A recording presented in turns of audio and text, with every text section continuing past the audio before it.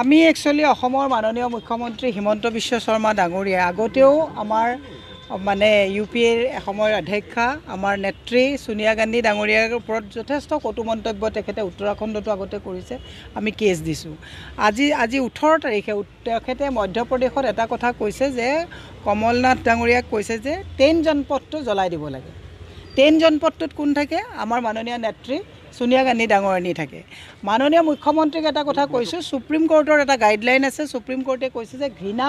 বৈষবাস্প বা ধৰ্মীয় উন্মাদনতাৰ সৃষ্টি হোৱা কোনো কথাই ক'ব নোৱাৰে আৰু তেনেকুৱা কথা যদি কয় পুলিচে চমতো কেছ ল'ব পাৰে সেইকাৰণে আমি DGP সিঙক আমাৰ GP সিং ডাঙৰীয়া DGP তেখেতো যথেষ্ট এক্টিভ মানুহ মুখ্যমন্ত্ৰীক তেওঁ একো কৰিব নোৱাৰে গৃহ বিভাগৰ দায়িত্বত আছে কিন্তু কেছটো ৰেজিষ্টাৰ কৰিব দিছোঁ আৰু কেছটো ৰেজিষ্টাৰ কৰি তেওঁৰ ওপৰত বিহিত ব্যৱস্থা ল'ব পৰা যিটো ব্যৱস্থা সেইটো কৰিবৰ কাৰণে আমি আহ্বান জনাইছোঁ আমি অতি লজ্জা পাইছোঁ যে যেতিয়াই বাহিৰলৈ মুখ্যমন্ত্ৰীজন যায় গৈ পেলাই অসমৰ মানুহ হৈছে শিষ্টাচাৰী মানুহ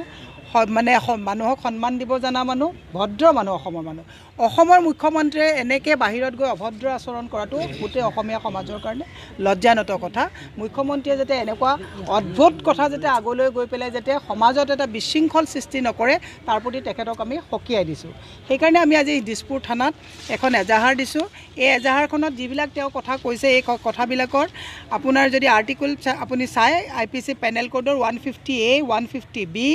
115 146 505 ইণ্ডিয়ান পেনেল কোৰ্টৰ আধাৰত তেওঁৰ নামত কেছ ৰেজিষ্টাৰ হ'ব লাগে আৰু এনেকুৱা কথা যাতে আগলৈ নকয় তাৰ কাৰণে তেওঁক আমি আহ্বান জনাইছোঁ মুখ্যমন্ত্ৰীয়ে হাল এৰি শিয়াল খেদিছে অসমৰ পৰা গৈ তেওঁ বেলেগ মধ্যপ্ৰদেশ ৰাজস্থান ছত্তীশগড়ত গৈ পেলাই তেওঁ এই অভদ্ৰ আচৰণবিলাক কৰি পেলাই মানুহক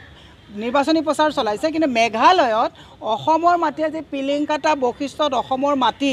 মেঘালয় আগ্ৰাসন কৰি তাত মাটি দখল কৰিছে তাত কিন্তু তেওঁ নীৰৱ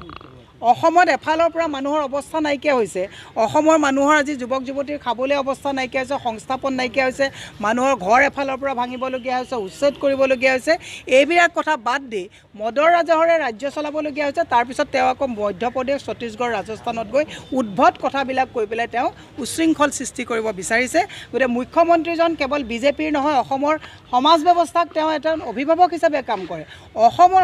সমাজ ব্যৱস্থা যে এজন সভ্য সমাজ তাকে তেওঁ প্ৰতিষ্ঠা কৰিবৰ কাৰণে এনেকুৱা উদ্ভট কথা নকবৰ কাৰণে মুখ্যমন্ত্ৰীক আমি সকীয়াই দিছোঁ এই কথাবোৰ যদি আপোনালোকে যে বাৰে বাৰে FIR দিয়ে বিভিন্ন সময়ত আমি